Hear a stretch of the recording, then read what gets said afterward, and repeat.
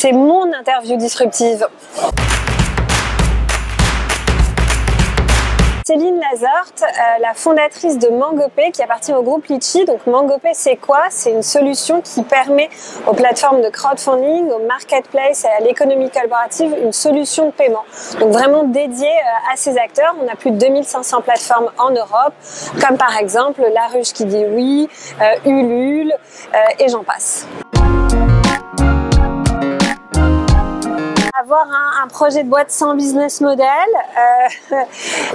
j'imagine peut-être manquer de pugnacité, de ne pas avoir de développeur chez lui pour intégrer la techno de Mangopay ou de ne pas faire appel à une agence de qualité. Donc là, on va dire ça fait 2 en 1. De ne pas avoir un business model clair, ce qui fait que du coup, il va avoir du mal à comprendre comment il organise ses paiements sur sa plateforme, comment lui-même il génère du chiffre d'affaires. Aujourd'hui, je suis intervenue sur 2 sujets. Le premier, c'est le tribunal des générations futures. Donc l'idée, c'était, j'étais en tant que témoin, de dire est-ce qu'on a besoin de licorne en France. Et donc, je vais vous spoiler un petit peu le résultat. C'est qu'effectivement, on a besoin de licorne en France parce qu'on a besoin de rêver, on a besoin de montrer que sur la scène internationale, on sait être présent, on peut développer des grosses boîtes. Et il y a aussi eu quelque chose qui a été soulevé, qui était de dire on a besoin de licorne mais qui ait des valeurs, qui soient justes, qui soient des entreprises, voilà. Et donc ça peut être une entreprise française. Et ma deuxième intervention, alors c'était un peu moins léger comme sujet, c'était qu'attend-on de Bruxelles et de l'Europe par rapport aux startups et comment l'Europe peut nous soutenir. Alors le sujet était plutôt un débat sur la taxation, la régulation. Moi j'aurais tendance à dire que moins on en fait, mieux nous les startups on se porte et on peut grandir. Donc voilà, donc c'était plutôt ces différents sujets abordés aujourd'hui.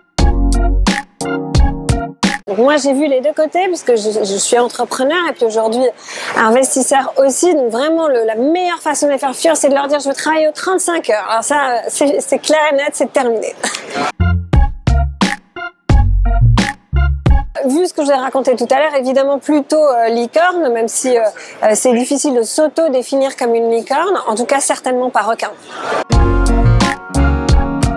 Pour moi, être disruptif, c'est changer son marché, apporter une innovation, créer quelque chose, c'est aller à l'encontre d'un fonctionnement, voilà, c'est innover, parfois dans la douleur, mais pour proposer une solution, un produit qui soit de meilleure qualité.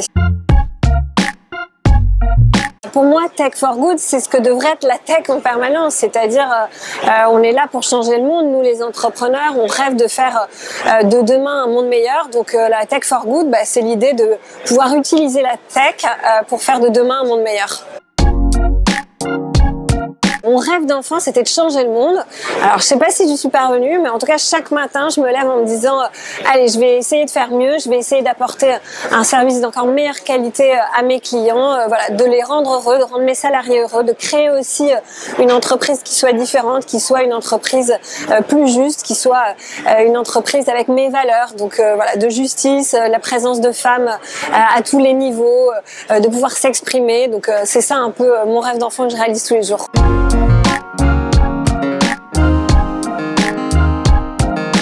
Quand je serai grande, je serai indépendante et libre et autonome et heureuse.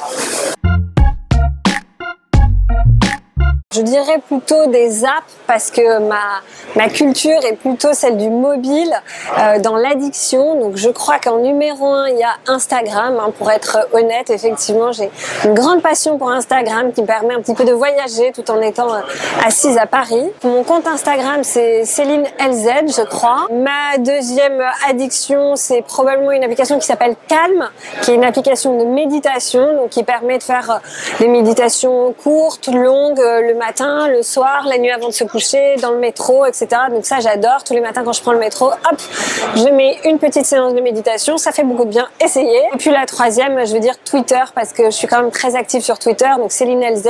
Pour cette app, là, je suis sûre du nom de mon compte. Donc voilà, vous pouvez aussi me retrouver sur Twitter.